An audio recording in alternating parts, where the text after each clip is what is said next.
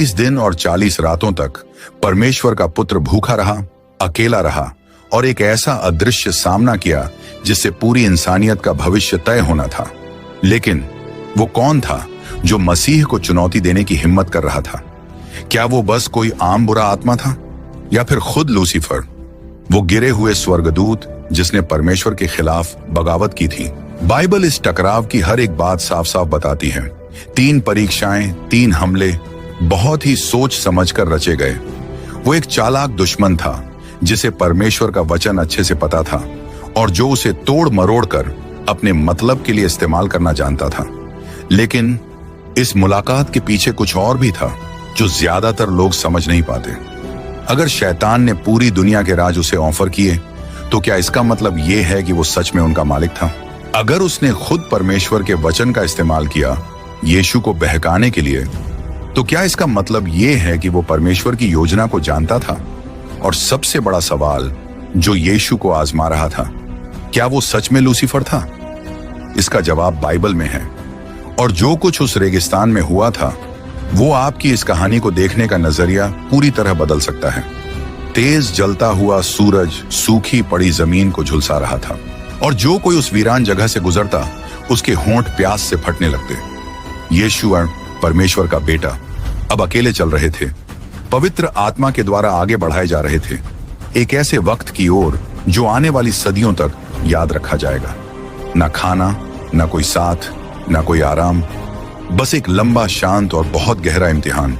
बस वही थे, पूरे रेगिस्तान का गहरा शांत सन्नाटा। और धीरे धीरे पास आता हुआ वो जो आजमाने वाला है। लेकिन आखिर ये दुश्मन था कौन? क्या वो बस कोई आम बुरी आत्मा था या खुद लूसीफर, वो गिरा हुआ स्वर्गदूत जिसने स्वर्ग को ललकारा था? बाइबल इस पल को बहुत सीधा बताती है। फिर आत्मा यीशु को रेगिस्तान में ले गया ताकि शैतान उसे आजमाए। और जब यीशु ने 40 दिन और 40 रात उपवास किया तो बाद में उन्हें भूख लगी। इस पल के पीछे एक बहुत गहरी बात छिपी है। यीशु यूं ही रेगिस्तान में नहीं गए थे, ना ये कोई इंसानी फैसला था। उन्हें वहां खुद परमेश्वर के आत्मा ने भेजा था। जिस परमेश्वर ने कभी इस्राएल को 40 साल तक रेगिस्तान में चलाया था, अब वहीं अपने बेटे को एक बड़े टकराव के लिए ले जा रहा था। लेकिन सवाल यह है कि ऐसा होना जरूरी क्यों था? बाइबल की परंपरा में रेगिस्तान हमेशा एक ऐसी जगह रहा है जहां इंसान को आजमाया जाता है और बदला जाता है। यहीं पर मूसा को आज्ञाएं मिली थी। यहीं एलियाह ने परमेश्वर को एक धीमी, मुलायम फुसफुसाहट में महसूस किया था। और यहीं पर इसराइल को कई बार आजमाया गया, पर वो हर बार गिर पड़ा। अब यीशु अपने ही रेगिस्तान से होकर गुजरने वाले थे, कमजोरी की वजह से नहीं, बल्कि वहां जीत हासिल करने के लिए जहां और लोग हार गए थे। उनके पास कोई चीज नहीं थी, सिर्फ परमेश्वर का वचन और अपने पिता की आज्ञा मानने का पक्का इरादा। और यही चीजें अब परखी जाने वाली थीं। शुरुआत के कुछ दिन निकल गए, फिर भूख धीरे धीरे एक गहरी तकलीफ बन गई, एक खालीपन जो हर पल बढ़ता ही जा रहा था। शरीर बहुत कमजोर हो चुका था, सोचने की ताकत उस डरावने सन्नाटे से टकरा रही थी। शैतान, जैसे वो हमेशा होता है, चालाक और चालबाज, तुरंत सामने नहीं आया। वो बस सही पल का इंतजार करता रहा, सबसे ज्यादा कमजोरी का पल, एकदम सही मौका वार करने के लिए। और जब वो आखिरकार आया तो जोर से नहीं आया, ना ही डरावनी आवाज के साथ, बल्कि वो आया एक नरमी भरी आवाज में, एक ऐसी आवाज जिसमें जहर था, लेकिन बाहर से बहुत समझदारी की बात लग रही थी। ये लम्हा बहुत पुराने एक और वाक्य की याद दिला रहा था। शुरुआत में अदन की बगीचा में दुश्मन हव्वा के पास आया था, बहुत सोच समझकर बोले गए शब्दों के साथ। उसने सच को मोड़ा और दिल में शक डाल दिया। क्या वाकई परमेश्वर ने ऐसा कहा था? अब वही दृश्य दोबारा होने वाला था, लेकिन इस बार मंच बदला हुआ था। अदन में जहां पहला इंसान हार गया था, अब रेगिस्तान में आखिरी आदम दुश्मन का सामना करने को तैयार था। लेकिन एक सवाल अब भी बाकी था, आखिर ये लालच देने वाला था कौन? बाइबल उसे शैतान कहती है। यूनानी भाषा में इसका मतलब होता है इल्जाम लगाने वाला, बदनाम करने वाला। लेकिन क्या ये वही लूसीफर था, वो करूब जो अपने घमंड की वजह से गिर गया? क्या शैतान और लूसीफर दो अलग अलग हैं, या फिर ये दोनों नाम एक ही के लिए हैं? इस सवाल का जवाब अब सामने आने वाला था। जैसे जैसे रेगिस्तान में आत्मिक लड़ाई गहराती गई, शैतान, जिसे कुछ लोग शैतान कहते हैं और कुछ लूसीफर, वो करीब आता जा रहा था। दुश्मन का असली चेहरा, उसके बहकाने वाले इरादों की सच्चाई अब यीशु के सामने साफ दिख रही थी। वो जंजीरों या डरावने सायों के साथ नहीं आया, बल्कि शब्दों के साथ आया। उसका हमला शरीर पर नहीं था, बल्कि दिमाग और आत्मा पर था। यीशु अब आमने सामने होने वाले थे उससे, जो शुरू से ही परमेश्वर की इच्छा के खिलाफ खड़ा रहा। लेकिन आखिर ये था कौन? बाइबल उसे शैतान कहती है। यूनानी भाषा में इस शब्द का मतलब होता है इल्जाम लगाने वाला, बदनाम करने वाला, और उसे सेटन भी कहा गया है, जो कि इब्रानी भाषा का शब्द है और इसका मतलब है विरोध करने वाला, दुश्मन। लेकिन बहुत लोग ये सवाल करते हैं, जो शैतान रेगिस्तान में आया, क्या वो ही लूसीफर है जिसका जिक्र हम करते हैं? क्या इन दोनों नामों में कोई फर्क है, या फिर हम एक ही शख्स के बारे में बात कर रहे हैं? इस सवाल की जड़ें पुराने नियम की कुछ वचनों में मिलती हैं, जिन्हें सदियों से दुश्मन की गिरावट से जोड़ा गया है। यशायाह भविष्यवक्ता की किताब में लिखा है, हे सुबह के तारे, सुबह के बेटे, तू आसमान से कैसे गिर पड़ा? तू जो देशों को कमजोर करता था, जमीन पर कैसे गिरा दिया गया? सुबह का तारा, ये शब्द लैटिन से आया है, लूसीफर, जिसका मतलब होता है रोशनी लाने वाला। कई बाइबल विद्वान मानते हैं कि इस हिस्से में बेबीलोन के राजा की बात हो रही है, जो परमेश्वर के सामने घमंडी बन गया था। लेकिन जो भाषा यहां इस्तेमाल हुई है, वो सिर्फ किसी इंसानी राजा की नहीं लगती। वो एक बड़ी स्पिरिचुअल फॉल की ओर इशारा करती है, एक ऐसा प्राणी जो खुद को परमेश्वर से भी ऊपर उठाना चाहता था। यहेजकेल भी इसी बात को और साफ करता है, जब वो एक अभिषिक्त करूब की बात करता है, जिसे परमेश्वर की उपस्थिति से बाहर निकाल दिया गया था। तू पूरी तरह से सुंदर था, ज्ञान से भरा हुआ और हर रूप से बेहतरीन। तू अपनी राहों में पूरा था, उसी दिन से जब तू बनाया गया था, जब तक तेरे अंदर बुराई नहीं पाई गई। ये शब्द भले ही पहले जमीनी राजाओं के लिए कहे गए थे, फिर भी इनमें एक गहरा संकेत छुपा है, एक स्वर्गदूत की गिरावट का। खुद यीशु ने कहा था, मैंने शैतान को आकाश से बिजली की तरह गिरते देखा। लेकिन अब ये हमें एक और गहरे सवाल की ओर ले जाता है, क्या वो लूसीफर जो ऊपर से गिरा था, वही शैतान है जो अब यीशु को रेगिस्तान में आजमा रहा है? इसका जवाब शायद उसी की बगावत की कहानी में छुपा है। लूसीफर, जो रोशनी लेकर चलता था, स्वर्ग की सेना में उसका बहुत ऊंचा दर्जा था। लेकिन जब उसने परमेश्वर के सिंहासन को छीनने की चाह की, तब वो बन गया शैतान, यानी विरोध करने वाला। उसी पल से उसका काम बदल गया। अब वो इंसानों को धोखा देने वाला और उन पर इल्जाम लगाने वाला बन गया। अय्यूब की किताब हमें इसका एक साफ दृश्य दिखाती है। और एक दिन जब परमेश्वर के बेटे उसके सामने हाजिर हुए, तो शैतान भी उनके बीच आया। यहां शैतान अय्यूब की वफादारी पर सवाल उठाता है और परमेश्वर की योजना के खिलाफ सीधा विरोध करता है। अगर वो अय्यूब के जमाने में भी काम कर रहा था, जो मसीह के जन्म से बहुत पहले की बात है, तो ये समझ में आता है कि वही शख्स अब रेगिस्तान में सामने आया। लेकिन सवाल ये है, उसे यीशु को आजमाने में इतनी दिलचस्पी क्यों थी? जवाब सीधा है और डराने वाला भी। अदन से ही शैतान जानता था कि एक दिन औरत की संतान आएगी और वो उसकी सिर को कुचल डालेगा। शुरुआत में वो इंसानियत को पूरी तरह बिगाड़ नहीं पाया, तो अब उसके पास आखिरी मौका था मसीह को रोकने का, उससे पहले कि यीशु अपनी मिशन पूरी कर ले। रेगिस्तान में हुई ये परीक्षा सिर्फ यीशु के लिए एक टेस्ट नहीं था, ये एक आत्मिक जंग थी, एक ऐसी लड़ाई जिसका असर पूरे ब्रह्मांड तक जाता है। वो दुश्मन वहां सिर्फ इसलिए नहीं आया था कि वो परमेश्वर के पुत्र की ताकत को परखे, वो आया था ताकि इंसानियत के छुटकारे को ही रोक दे। अगर यीशु वहां हार जाते तो उद्धार का सारा वादा टूट जाता, सब कुछ खत्म हो जाता। और इसी मकसद से वो पास आया, लेकिन उसका तरीका साफ नहीं था। वो जोर जबरदस्ती से नहीं आता, ना कोई चिल्लाहट, ना कोई डरावनी ताकत। उसका हमला बहुत धीमा था, जैसे कोई सांप जो अंधेरे में छिपकर धीरे से वार करता है। उसकी पहली कोशिश थी इंसान के शरीर की सबसे जरूरी जरूरत पर हमला करना, भूख। पहली परीक्षा थी सामान पर ताकत रखने की। रेगिस्तान की खामोशी टूट गई, हवा और भी भारी लगने लगी और शैतान की मौजूदगी महसूस होने लगी। ना कोई कदमों की आवाज थी, ना ही रेत पर कोई परछाई हिली, लेकिन कुछ ऐसा था जो दिख नहीं रहा था पर साफ महसूस हो रहा था। यह आम मुलाकात नहीं थी, यह एक सीधी टक्कर थी, रोशनी और अंधेरे के बीच, सच और झूठ के बीच।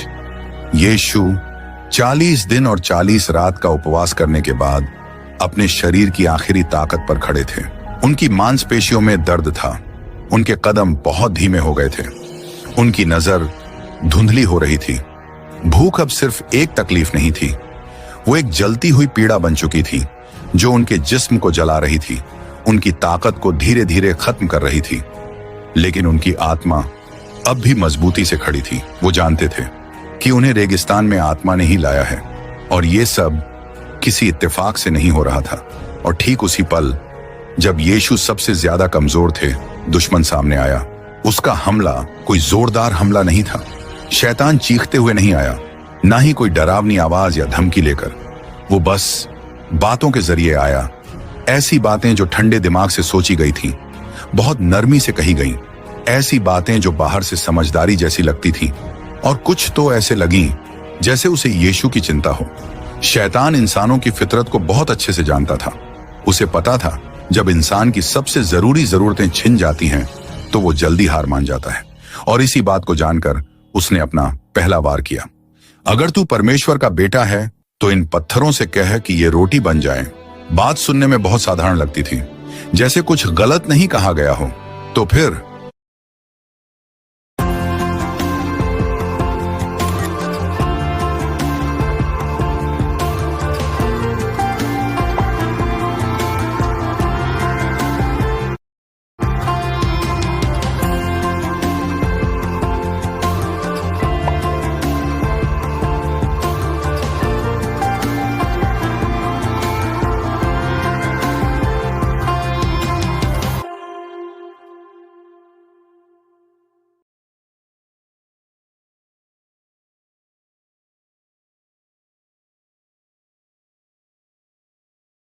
जब यीशु के पास इतनी ताकत थी तो उन्होंने पत्थरों को रोटी में क्यों नहीं बदला?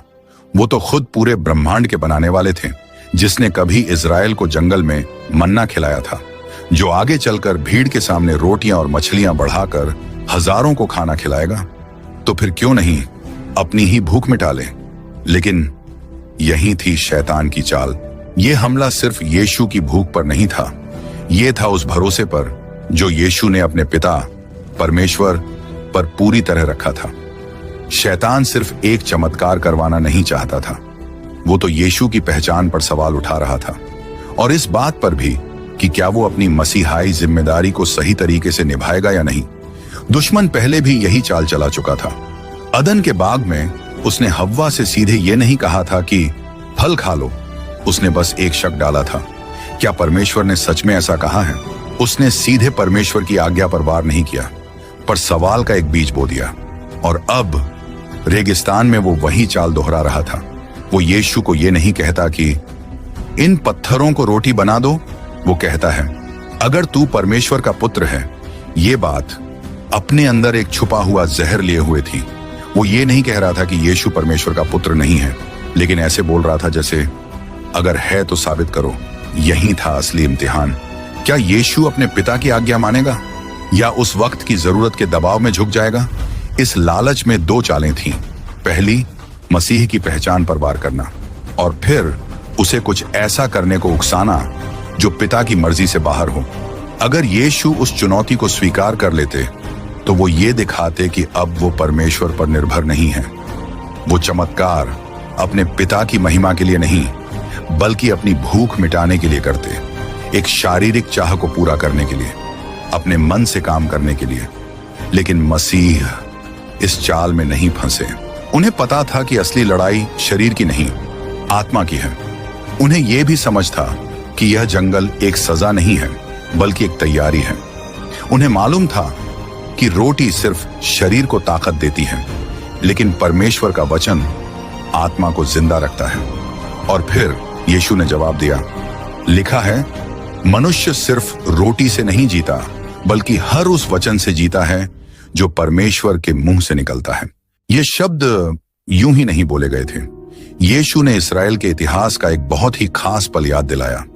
जब इस्राएल के लोग 40 साल तक जंगल में भटक रहे थे, तब परमेश्वर ने उन्हें हर दिन खाने को मन्ना दिया, एक ऐसी रोटी जो इंसानों के हाथों से नहीं बल्कि सीधे स्वर्ग से आई थी।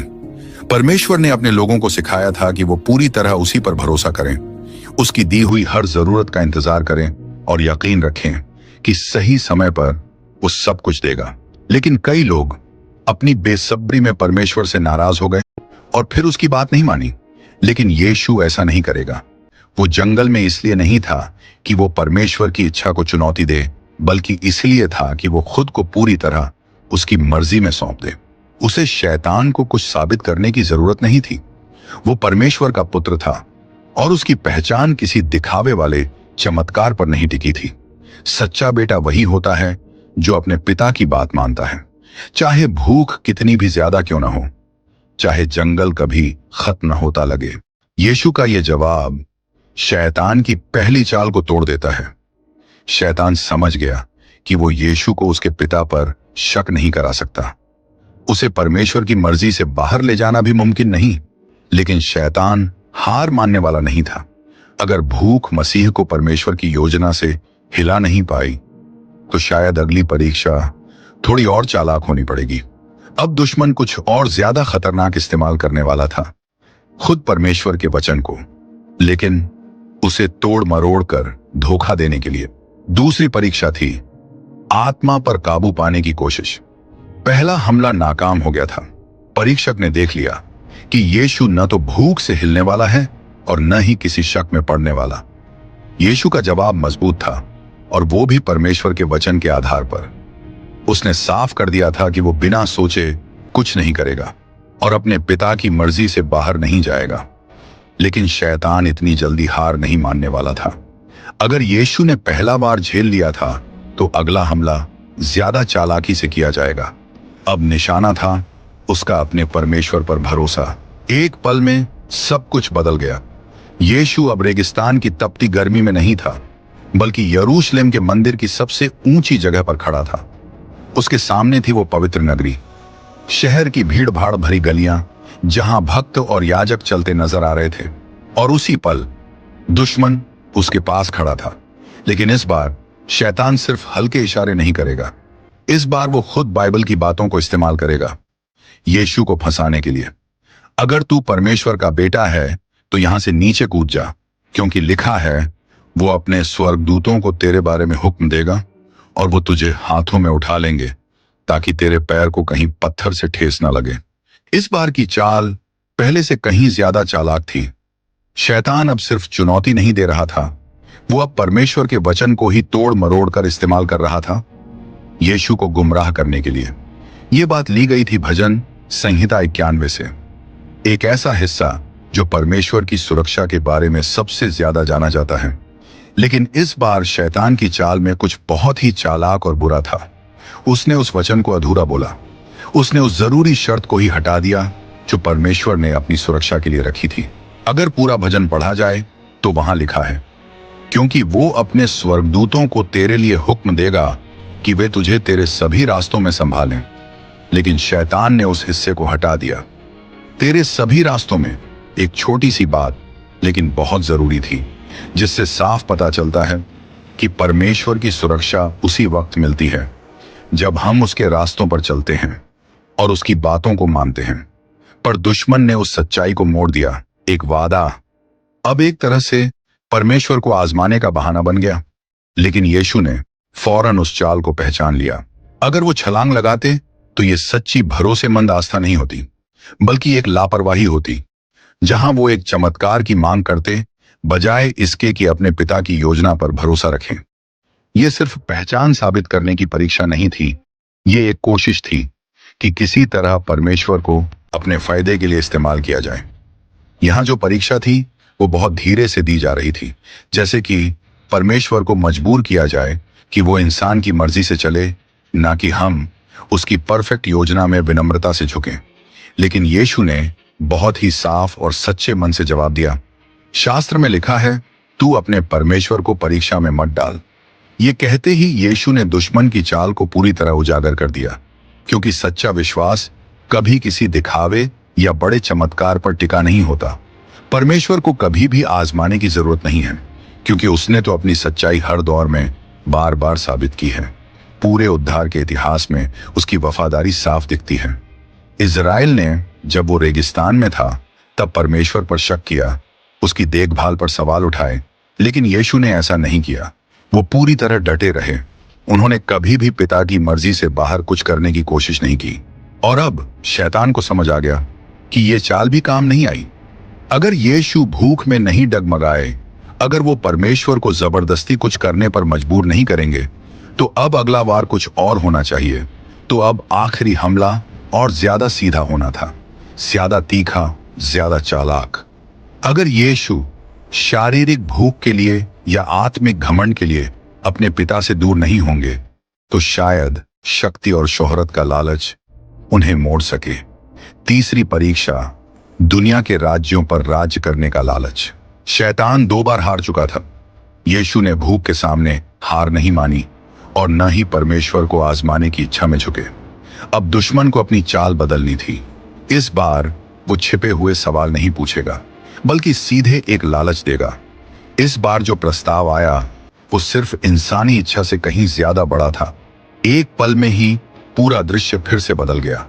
अब यीशु एक बहुत ऊंचे पहाड़ पर खड़े थे और उनके सामने एक चौंका देने वाला दृश्य खुल गया। इस धरती के सारे राज्य, उनकी दौलत, उनकी ताकत, उनकी सेनाएं और उनके सिंहासन, सब कुछ उनकी आंखों के सामने बिछा हुआ था। यह नजारा बहुत शानदार था, ऐसा कुछ जिसे कोई भी राजा देखकर ललचा जाए। और फिर शैतान ने अपनी आखिरी और सबसे बड़ी पेशकश रखी, ये सब कुछ मैं तुझे दूंगा अगर तू झुककर मेरी उपासना करे। मत्ती रचित सुसमाचार अध्याय 4 पद 9। इस बार शैतान की बातों में कोई चालाकी नहीं थी। वो अब यीशु की पहचान पर शक नहीं कर रहा था, ना ही परमेश्वर के वचन को तोड़ मरोड़ रहा था। अब शैतान ने सीधी पेशकश की, इस दुनिया पर पूरा कंट्रोल, बस एक बार उसके आगे झुकने के बदले। इस प्रस्ताव में एक बात सोचने वाली थी। अगर शैतान दुनियादारी की बादशाहत देने की बात कर रहा था, तो क्या मतलब यह था कि वो सच में इन सब चीजों का मालिक था? एक तरह से हाँ, बाइबल उसे कहती है, इस दुनिया का शासक, इस युग का झूठा देवता, आदमी के पतन के बाद से ही शैतान को इस दुनिया की व्यवस्था पर काफी हद तक काबू मिल गया था। वो सरकारों को प्रभावित करता रहा, देशों को गुमराह करता रहा और उन लोगों को अंधा बनाता रहा जो सच्चाई को ठुकरा देते हैं। लेकिन इस तीसरी परीक्षा में एक और भी गहरी चाल थी। शैतान यीशु को एक छोटा रास्ता दिखा रहा था। मसीह की मंजिल तो हमेशा से यही थी, पूरी धरती पर राज करना। लेकिन उस मंजिल तक पहुंचने का जो रास्ता पिता ने तय किया था, वो दर्द से होकर गुजरता था, क्रूस से होकर, नीचा दिखाए जाने से होकर। अब शैतान ने एक और रास्ता सुझाया। उसका मतलब कुछ ऐसा था, तुझे क्रूस पर जाने की जरूरत नहीं है, तू सब कुछ अभी पा सकता है। ना कोई दर्द, ना कोई कुर्बानी, बस एक बार झुक जा, मेरी पूजा कर ले। अगर यीशु ये प्रस्ताव मान लेते तो पूरा उद्धार का प्लान टूट जाता। हाँ, वो जरूर धरती पर राज कर सकते थे, लेकिन उन्होंने दुश्मन के आगे सिर झुका दिया होता। और अगर वो ऐसा करते तो फिर वो परमेश्वर के नहीं बल्कि शैतान की बात मानने वाले बन जाते।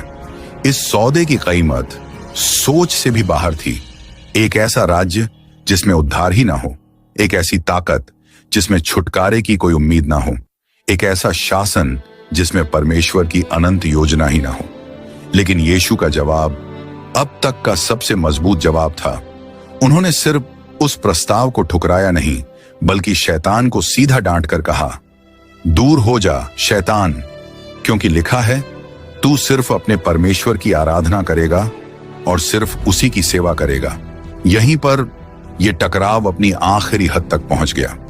इस बात को कहकर यीशु ने फिर साफ कर दिया कि सारी महिमा और सारा अधिकार सिर्फ परमेश्वर का है। परमेश्वर की योजना तक पहुंचने के लिए कोई छोटा रास्ता नहीं है। राज्य जरूर आएगा, लेकिन शैतान की मदद से नहीं। वो आएगा बलिदान के रास्ते से, सूली के रास्ते से और पिता की पूरी आज्ञाकारिता से। यीशु के इस जवाब के बाद शैतान के पास अब कुछ भी बचा नहीं था। उसे वहां से जाना पड़ा, हार मानकर। लेकिन शैतान का जाना हमेशा के लिए नहीं था।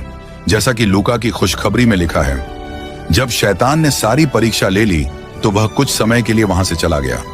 दुश्मन फिर एक और मौका ढूंढेगा, कोई और पल जहां वो मसीह को उसकी राह से भटका सके। परीक्षा तो खत्म हो गई थी, लेकिन अंधकार और परमेश्वर के बेटे के बीच जो टकराव था वो अभी खत्म नहीं हुआ था। शैतान अब उजागर हो चुका था, उसकी चालें सामने आ चुकी थीं, लेकिन शैतान ने अभी हार नहीं मानी थी। जंग अभी जारी थी और अगला बड़ा हमला उन लोगों के जरिए होगा जो यीशु के आसपास थे। रेगिस्तान फिर से शांत हो गया। शैतान वहां से चला गया, हार कर, लेकिन पूरी तरह मिटा नहीं था। यीशु पर किया गया हमला नाकाम रहा था और अब स्वर्गदूत आए उसे सेवा देने के लिए, आराम देने के लिए, 40 दिन की भूख और परीक्षा के बाद। लेकिन लड़ाई अभी खत्म नहीं हुई थी। बाइबल ये साफ कहती है कि शैतान बस कुछ समय के लिए पीछे हटा था। इसका मतलब यह था कि परमेश्वर के बेटे के खिलाफ उसकी जंग अब भी जारी थी। अगर वो यीशु को शरीर की भूख से नहीं गिरा पाया, ना घमंड से, ना लालच से, तो अब वो कोई और तरीका ढूंढेगा उसे उसके रास्ते से भटकाने का, और उसे ज्यादा इंतजार भी नहीं करना पड़ा। यीशु की सेवकाई की शुरुआत से ही दुश्मन को मौके मिलने लगे जहां वो फिर से वार कर सके। ये पल बहुत खास था जब यीशु ने अपने चेलों को बताया कि उसे बहुत दुख सहना होगा, लोग उसे ठुकरा देंगे और वो मारा जाएगा। तो पतरस ने तुरंत मना कर दिया। उसने कहा, प्रभु, ऐसा मत कहो, ऐसा कुछ भी तेरे साथ नहीं होना चाहिए। यीशु का जवाब बहुत तीखा था, पर उसने पतरस को इंसान की तरह नहीं डांटा, बल्कि उस ताकत को जवाब दिया जो उसके शब्दों के पीछे थी।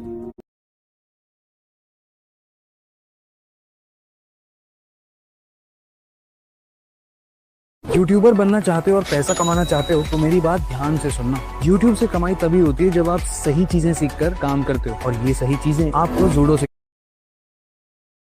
है। लोग बस वीडियो बना के डाल देते हैं बिना समझे कि कौन सा टॉपिक चलेगा, क्या टाइटल होना चाहिए और व्यूज को पैसे में कैसे बदले।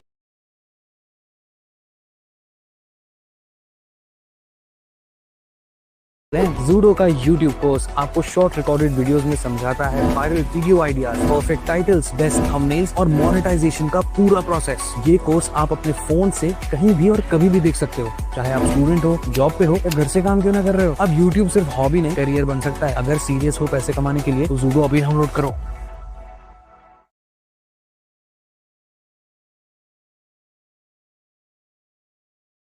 यीशु ने कहा, मेरे सामने से हट जा शैतान, तू मुझे गिराने वाली बात कर रहा है, क्योंकि तू परमेश्वर की सोच को नहीं समझता, तू बस इंसानों की तरह सोचता है। यहां हम एक पैटर्न देख सकते हैं। वही शैतान जिसने जंगल में यीशु को दुनिया भर के राज्य ऑफर किए थे, अब एक प्यारे चेले के मुंह से बोल रहा था, उसे क्रूज से दूर ले जाने की कोशिश कर रहा था।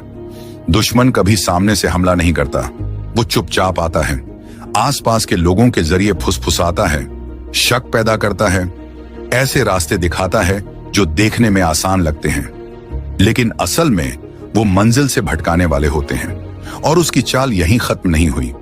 यीशु की पूरी सेवा के दौरान शैतान पर्दे के पीछे काम करता रहा। उसने धार्मिक नेताओं को भड़काया, भीड़ को उकसाया और उन दिलों को मोड़ा जो पहले ही सच्चाई के लिए बंद हो चुके थे। लेकिन शैतान की सबसे बड़ी चाल अभी बाकी थी। जिस रात यीशु को धोखा दिया गया, बाइबल एक डराने वाला सच बताती है। तब शैतान यहूदा में समा गया, जिसे इस्करियोती कहा जाता था और जो 12 चेलों में से एक था। यहां पर अब दुश्मन सिर्फ सलाह नहीं दे रहा था, ना ही कान में फुसफुसा रहा था, अब वो सीधे अंदर आ चुका था। उस दिल में जो पहले से धोखा देने को तैयार था, शैतान ने जगह बना ली और फिर उसने हर एक घटना को आगे बढ़ाया जो अंत में यीशु को क्रूस तक ले गई। जो हमला जंगल में शुरू हुआ था, अब वो क्रूस की परछाई में और भी तेज हो गया था। लेकिन एक बात थी जो शैतान समझ नहीं पाया। उसे लगा था कि यीशु की मौत उसकी जीत होगी। उसे लगा था कि अगर वो परमेश्वर के बेटे को हटा देगा तो वो परमेश्वर की योजना को खत्म कर देगा। लेकिन सच तो ये था कि इसी क्रूस के जरिए उसका खुद का राज ढहने लगा। यीशु ने जंगल में जीत हासिल की थी, लेकिन अब उसकी सबसे बड़ी और आखिरी जीत बहुत ही खास भिड़ंत में होने वाली थी। दुश्मन का चेहरा अब सबके सामने आ चुका था। उसकी चालें अब किसी से छुपी नहीं थी और बहुत जल्द उसकी हार हमेशा के लिए तय हो जाएगी। शैतान की आखिरी हार और हमारे लिए उसका सबक। जंगल में जो टकराव हुआ वो तो बस शुरुआत थी। शैतान ने कोशिश की कि वो यीशु को उसके रास्ते से भटका दे, लेकिन वो नाकाम रहा। उसने आसपास के लोगों का इस्तेमाल किया ताकि शक पैदा कर सके, लेकिन उसकी चाल पकड़ में आ गई। अब उसके पास बस एक आखिरी चाल बची थी, परमेश्वर के बेटे को क्रूस के जरिए खत्म कर देना। यहूदा की धोखेबाजी, फिर वो गलत तरीके से गिरफ्तार किया जाना, बेइज्जती और कांटों का ताज। ऐसा लग रहा था जैसे शैतान जीत रहा है। परमेश्वर का बेटा उसी लोगों से ठुकराया जा रहा था जिन्हें वो बचाने आया था। जब यीशु अपने कंधों पर क्रूस उठाकर गोलगोथा की ओर जा रहे थे, तो शैतान को शायद पूरा भरोसा था कि इस बार उसने सच में जीत हासिल कर ली है। लेकिन वो ये नहीं समझ पाया कि वो खुद परमेश्वर के जाल में फंसता चला जा रहा था।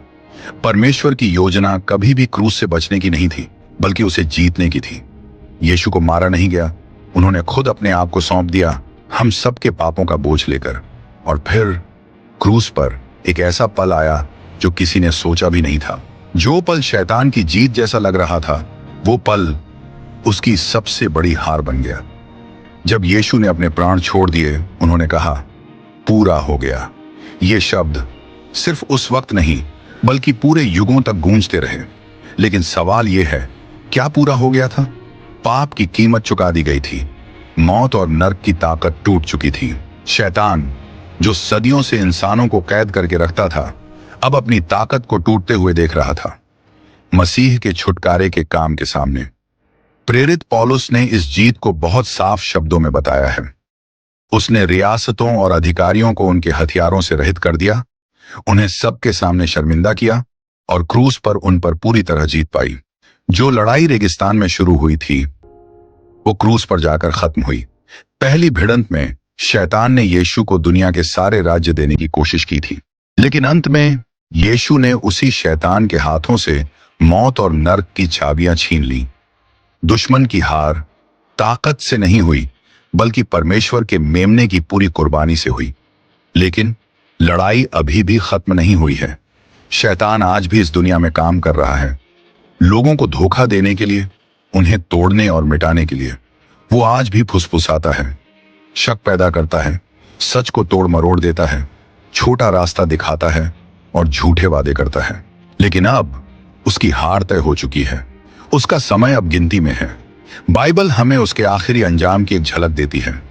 और शैतान जो लोगों को धोखा देता था, उसे आग और गंधक की झील में फेंक दिया गया, जहां वो जानवर और झूठा भविष्यवक्ता पहले से थे, और वो दिन रात हमेशा के लिए सजा भुगतते रहेंगे।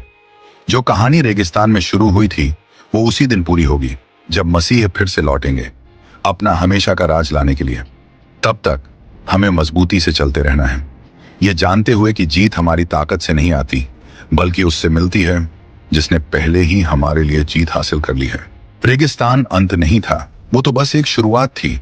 एक सूनी वीरान जगह पर, जहां कोई गवाह नहीं था, कोई ताली बजाने वाला नहीं था, कोई भीड़ नहीं थी, वहीं से इंसानियत का भविष्य तय होना शुरू हुआ।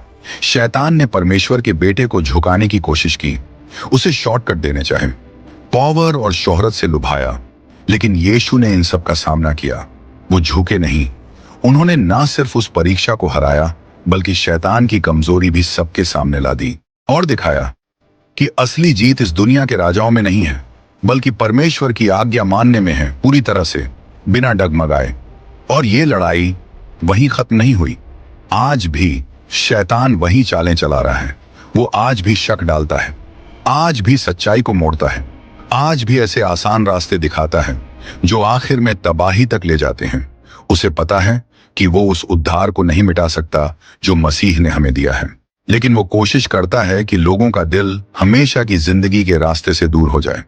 वो धीरे से कान में फुसफुसाता है, अभी बहुत टाइम है, बाद में सोच लेना, आज नहीं, किसी और दिन।